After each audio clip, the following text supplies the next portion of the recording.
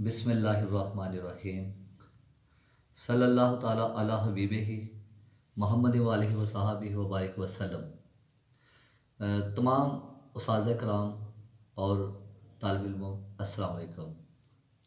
मैं ख़ास तौर पर आज जिस नुक्ता के ऊपर, जिस लम्हा फ़िक्रिया के ऊपर गुफ्तगू करने वाला हूँ, मैं रब्बे ज़ुल जलाल और हबीब खुदा सल्लल्लाहु अलैहि वसल्लम का मशकूर हूँ कि उन्होंने मुझे ज़बान बख्शी कि मैं इस लम्हा फ़िक्रिया के ऊपर गुफ्तगू कर सकूँ।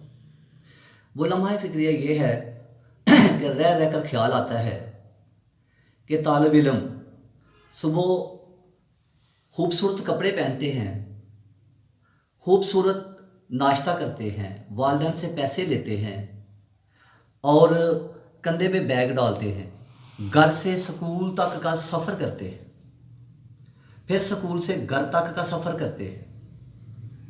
मेरा स्टूडेंट से सवाल है कि क्या इस सफ़र को कभी मंजिल दी है, कि हम सफ़र क्या कर रहे हैं। बेटा याद रखिएगा कि जिस सफ़र को आप मंजिल नहीं देते, वो सफ़र आपको थिका देता है, वो सफ़र आपको जलील कर देता है।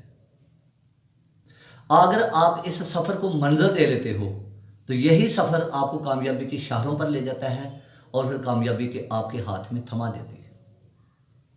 तो मेरा ये आज का मैसेज है कि अपने सफ़र को मंजिल दें, क्योंकि मंजिल बेज़ाते खुद एक पैगाम दे रही है। मंजिल 4 हरूफ की 4 दीवारी है। नंबर 1 मीम नून जे लाम। और ये पैगाम क्या छोड़ती है? ये पैगाम छोड़ रही है कि मर कर नई ज़िंदगी लानी है। आज तुम मंजिल के लिए मेहनत करते हो, मंजिल के लिए मर जाते हो, तो फिर मंजिल आपको उसका सिला क्या देती है? मंजिल कह रही है तू आज मर जा मेरे लिए, फिर मैं तुझे ऐसा ज़िंदा कर दूंगी, फिर सारे लोग मरेंगे तेरे लिए।